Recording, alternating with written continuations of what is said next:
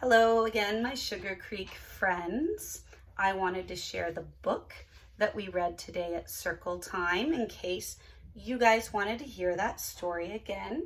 It's The Legend of the Bluebonnet, an old tale of Texas, retold and illustrated by Tome de Paola. Legend of the Bluebonnet. Great spirits, the land is dying. Your people are dying too, the long line of dancers sang. Tell us what we have done to anger you. End this drought. Save your people. Tell us what we must do so you will send the rain that will bring back life. For 3 days, the dancers danced to the sound of the drums, and for 3 days, the people called Comanche watched and waited. And even though the hard winter was over, no healing rains came. Drought and famine are hardest on the very old and the very young. Among the few children left was a girl named She Who Is Alone. She sat by herself watching the dancers. In her lap was a doll made from buckskin, a warrior doll. The eyes, nose, and mouth were painted on with the juice of berries. It wore beaded leggings and a belt of polished bone. On its head were brilliant blue feathers from the bird who cries, Jay, Jay, Jay. She loved her doll very much. Soon, She Who Is Alone said to her doll, the shaman will go off alone to the top of the hill to listen for the words of the great spirits. Then we will know what to do so that once more the rains will come and the earth will be green and alive. The buffalo will be plentiful and the people will be rich again.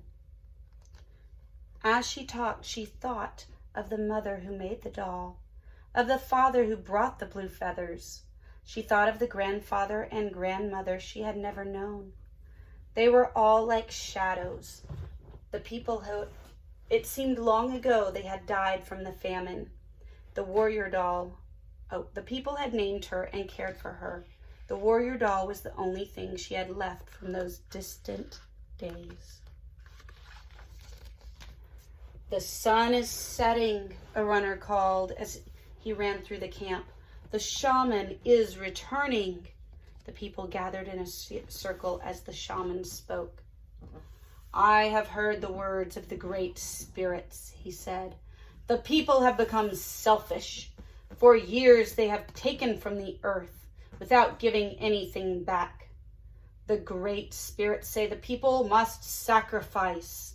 We must make a burnt offering of the most valued possession among us. The ashes of this offering shall then be scattered to the 4 points of the earth, the home of the winds. When this sacrifice is made, drought and famine will cease. Life will be restored to the earth and to the people. The people sang a song of thanks to the great spirits for telling them what they must do. I'm sure it's not my new bow that the great spirit wants, a warrior said. Oh, or my special blanket, a woman added, as everyone went to their teepees to talk and think over what the great spirit had said. Everyone, that is, except She Who Is Alone. She held her doll tightly to her heart. You, she said, looking at the doll. You are my most valued possession. It's you the great spirits want. And she knew what must be done. As the council fires died out and the teepee flaps began to close, the small girl returned to the teepee where she slept to wait. The night outside was still except for the distant sound of the night bird with the red wings.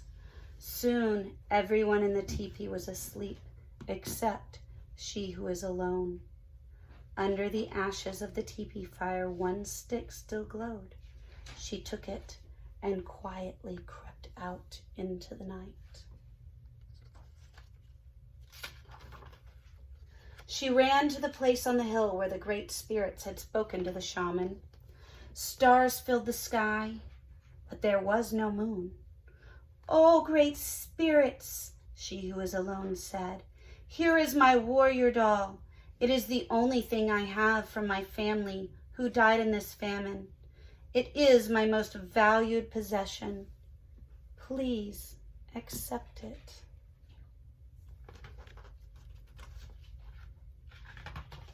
Then, gathering twigs, she started a fire with the glowing fire stick. The small girl watched as the twigs began to catch and burn. She thought of her grandmother and grandfather, her mother and father, and all the people, their suffering, their hunger, and before she could change her mind, she thrust the doll into the fire. She watched until the flames died down and the ashes had grown cold. Then, scooping up a handful, she who was alone scattered the ashes to the home of the winds, the north and the east, the south and the west, and there she fell asleep until the first light of morning sun woke her. She looked out over the hill, and stretching out from all sides where the ashes had fallen, the ground was covered with flowers, beautiful flowers, as blue as the feathers in the hair of the doll, as blue as the feathers of the bird who cries, "Jay, Jay, Jay." When the people came out of their teepees, they could scarcely believe their eyes. They gathered on the hill with she who is alone to look at the miraculous sight. There was no doubt about it. The flowers were a sign of forgiveness from the great spirits. And as the people sang and danced their thanks to the great spirit, a warm rain began to fall, and the land began to live again. From that day on, the little girl was known by another name, one who dearly loved her people.